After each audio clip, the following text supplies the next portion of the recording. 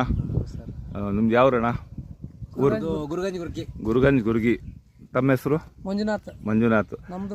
ಗುರುಗಂಜ್ ಗುಂಜಿ. ಇದು ರೈತರೇ, ಇದು ನಾವು ಹಲಸಿನ ಗಿಡ ಬಗ್ಗೆ ನಾವು ಅಣ್ಣ ಜನವರಿಯಲ್ಲೇ ಒಂದು 1000 ರೂಪಾಯಿ ಅಡ್ವಾನ್ಸ್ ಹಾಕಿದ್ದಾರೆ. ಒಂದು ಎಕರೆಗೆ 1500 ಹಾಕಿದ್ರಾ?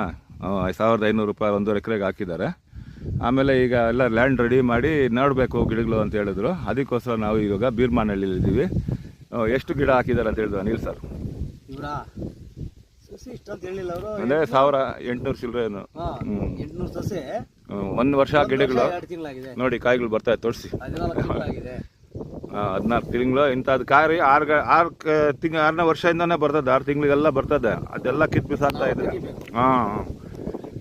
ಇವಾಗ ಅದಕ್ಕೆ ನಾವು ಇನ್ನ ಟ್ರೂನಿಂಗ್ ಮಾಡಿಲ್ಲ.